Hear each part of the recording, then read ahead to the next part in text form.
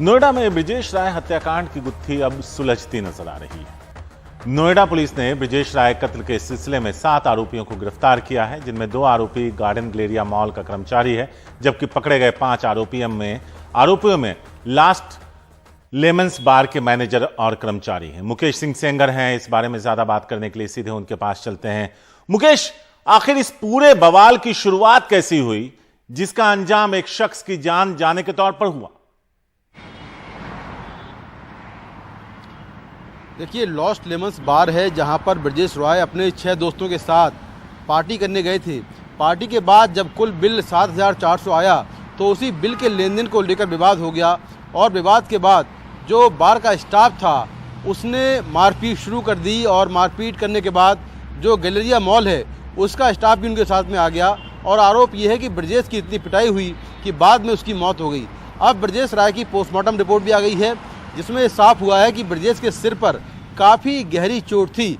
इस मामले में जो अहम सबूत था वो बार का सीसीटीवी फुटेज था, जिसके बेसिस पर पुलिस ने बार के स्टाफ को डिटेन किया था।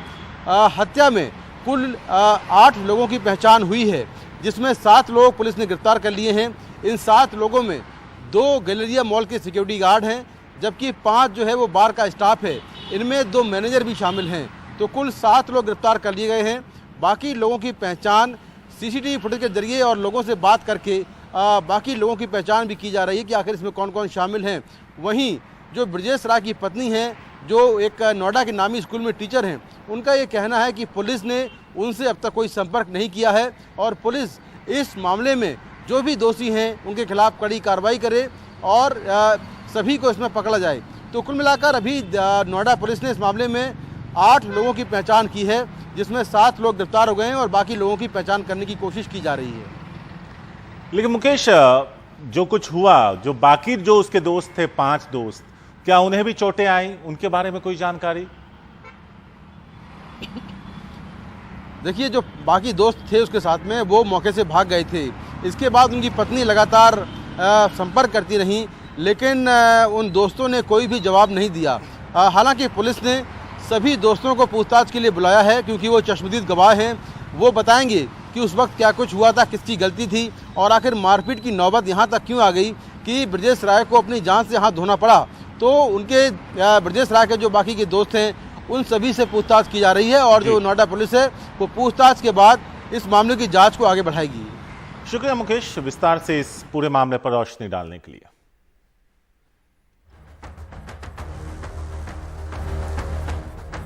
क्या पानी के लिए भी किसी का बेरहमी से कत्ल हो सकता है? दक्षिणी पश्चिमी दिल्ली के वसंत कुंज इलाके में यही हुआ। यहां पानी भरने को लेकर एक महिला के साथ एक आपराधिक किस्म के शख्स का झगड़ा हुआ और चाकुओं से गोदकर उसने महिला की जान ले ली। वसंत कुंज की दलित एकता कैंप झुग्गी में कल सुबह पानी भरने के दरमियान अर्जुन नाम के आरोपी ने 45 साल की महिला का कत्ल कर दिया। हमलावर ने महिला के पति को भी चाकू मारकर घायल कर दिया। पुलिस ने आरोपी अर्जुन को गिरफ्तार कर लिया है। उस पर पहले से भी कई आपराधिक मामले दर्ज हैं। सुबह 6 बजे की घटना है। मेरी मम्मी घर से पानी भर रही थी बाहर, तभी मेरे पड़ोस में सामने रहने वाला अर्जुन नाम का सह परिवार, पूरे परिवार लोग मेरी मम्मी पे हमला कर दिए, सिर्फ छोटी सी बात को लेकर। क्योंकि ये लोग क्रिमिनल हैं। पिछले हमारे 2-3 साल में भी हमने एप्लीकेशन दिया था इनका कि ये लोग हमारी मम्मी लोगों को मारते हैं, और आज तो मेरी मम्मी का सर चाकू से गला अलग कर दिया और जान से मार दिया। सर मेरी मम्मी को चाकू से मार दिया, मेरे पापा का हाथ अलग कर दिया, पूरा काट दिया पूरा। दिल्ली में मंगलवार को एक चौंकाने वाली घटना हुई, जिसमें पानी के विवाद में एक महिला की हत्या कर दी गई, जबकि उसका पति गंभीर रूप से घायल हो गया। ये मामला वसंत कुंज इलाके की दलित बस्ती का है, जहां पर आरोप यह है कि श्याम कला नाम की महिला पानी भर रही थी। उसी वक्त अर्जुन नाम का शख्स, जो इलाके का अपराधी है, वो पानी भरने लगा, लेकिन बारी महिला की थी। जब उसने इसका विरोध किया तो अर्जुन ने अपने घर से खंजर निकालकर महिला पर हमला कर दिया, जिसमें उसकी मौत हो गई। इसी बीच महिला को बचाने आए उसके पति रमेश के हाथ में खंजर मारा गया, जिससे उसका हाथ कट गया। पुलिस के मुताबिक इस मामले में जो अर्जुन था आरोपी, वो मौके से फरार हो गया था, लेकिन बाद में उसे गिरफ्तार कर लिया गया।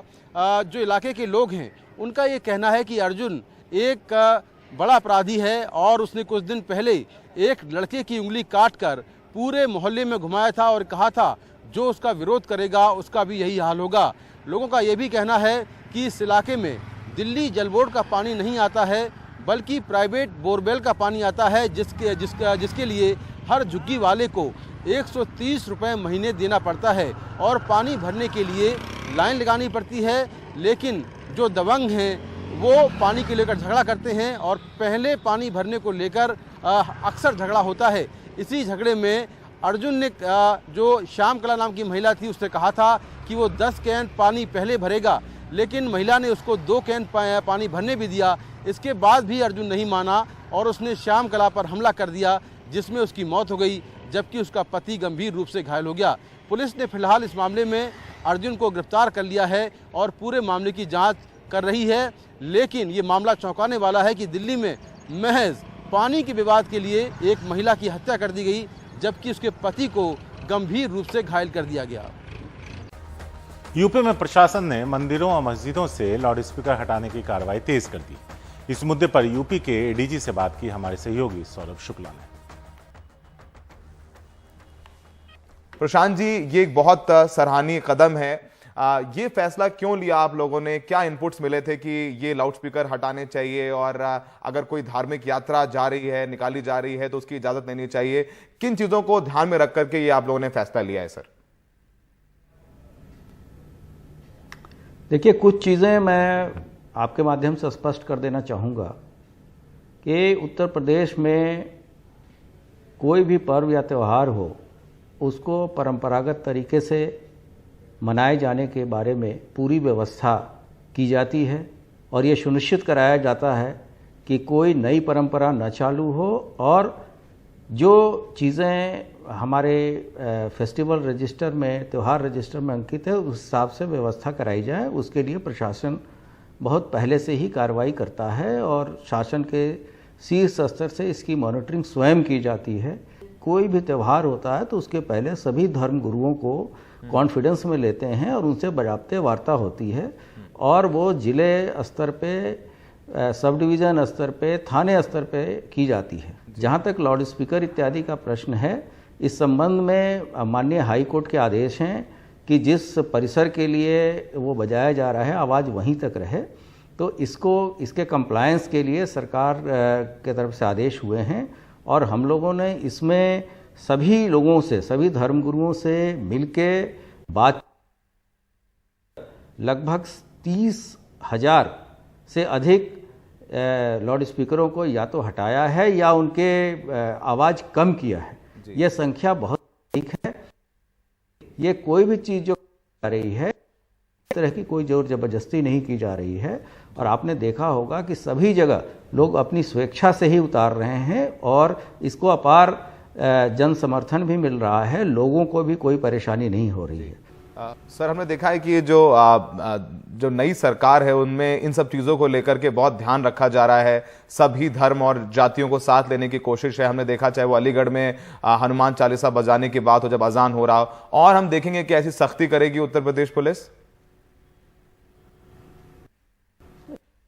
कि कोई भी चीज़ किसी के रिलीजियस राइट्स में किसी और कोई विघ्न बाधा नहीं है।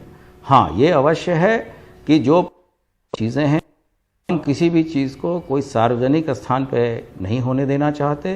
ये चीज़ों को बराबर सभी है कि लोग अपने जो प्रेमिसेस हैं अपने बाउंड्री के अंदर हैं, उसमें जो माननीय कोर्ट का निर्देश है उसका 100% अनुपालन कराए। और साथ ही साथ हम लोग सभी ऐसे उपद्रवी तत्वों पे भी नज़र रख रहे हैं जो इस माहौल को बिगाड़ने की कोशिश कर सकते हैं।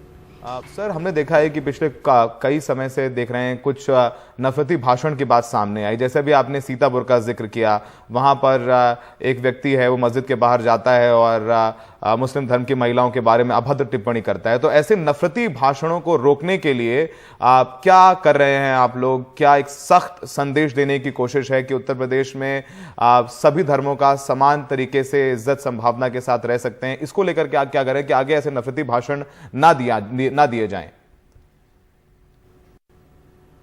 मैंने आपको पहले ही, आपके प्रश्न के पहले ही मैंने बताया कि उस व्यक्ति के विरुद्ध गंभीर धाराओं में अभियोग पंजीकृत कराया गया और उसे जेल भेजा गया।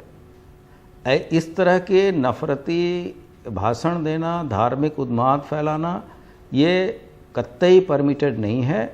अगर कोई व्यक्ति विशेष का व्यक्ति ये इस बेसिस पे अगर माहौल ख़राब करना चाहेगा तो उनके विरुद्ध नियमानुसार कार्रवाई पीछे भी की जाती रही है, आगे भी की जाएगी। और हम लोग ये सुनिश्चित कराएंगे कि किसी तरह की कोई धार्मिक कटुता न रहे और सभी लोग सौहार्दपूर्ण वातावरण में रहें और अपना पर्व त्यौहार मनाएं। और जिस तरीके से हम लोगों ने पिछले 5.25 साल में किसी भी तरह की कोई सांप्रदायिक घटना नहीं होने दी है, हम आगे भी पूरा प्रयास करेंगे और इसमें लोगों के जन सहयोग के साथ ही ये चीज़ें हो पा रही हैं। सर, 3 तारीख को ईद भी है और अक्षय तृतीया भी है, इसको लेकर के आप लोग क्या विशेष इंतजाम कर रहे हैं? जैसा कि आपने बताया कि लगभग 30,000 धर्म गुरुओं से आप संपर्क में हैं सामाजिक सौहार्द बनाने के लिए। ईद और अक्षय तृतीया को लेकर क्या विशेष तैयारियां कर रहे हैं कि ताकि ये दोनों त्यौहार बहुत शांतिपूर्ण तरीके से निपट जाए? हम लोगों की वार्ता लगभग 40,000 धर्म गुरुओं से हो चुकी है और हमने जैसा बताया थाना, तहसील और जिले स्तर पे पीस कमेटी की बैठक लगातार हो रही है और शासन के शीर्ष स्तर से भी इस संबंध में एक वीडियो कॉन्फ्रेंसिंग की जाएगी, जिसमें सभी लोगों को इस चीज़ों को बताया जाएगा कि परंपरा का निर्वहन करते हुए सभी चीज़ें शांतिपूर्ण तरीके से कराई जाएंगी। और हम लोग पूरी तरीके से आश्वस्त हैं कि सबके सहयोग से और सबके प्रयास से ये चीज़ें शांतिपूर्ण तरीके से संपन्न होंगी। प्रशांत जी, बहुत बहुत शुक्रिया हमसे बात करने के लिए। तो Prashant Kumar, ADG law and order, बता रहे हैं कि उत्तर प्रदेश में काफ़ी कोशिशें चल रही हैं, पुलिस की भी और प्रशासन की भी, कि शांति व्यवस्था बनी रहे और लोग खुद लाउडस्पीकर हटा रहे हैं। तो एक बहुत सराहनीय कदम है उत्तर प्रदेश में। इससे तमाम जो धर्म है उनमें एक विश्वास पैदा होता है कि ये सरकार सबका साथ, सबका विकास और सबके विश्वास के साथ चल रही है।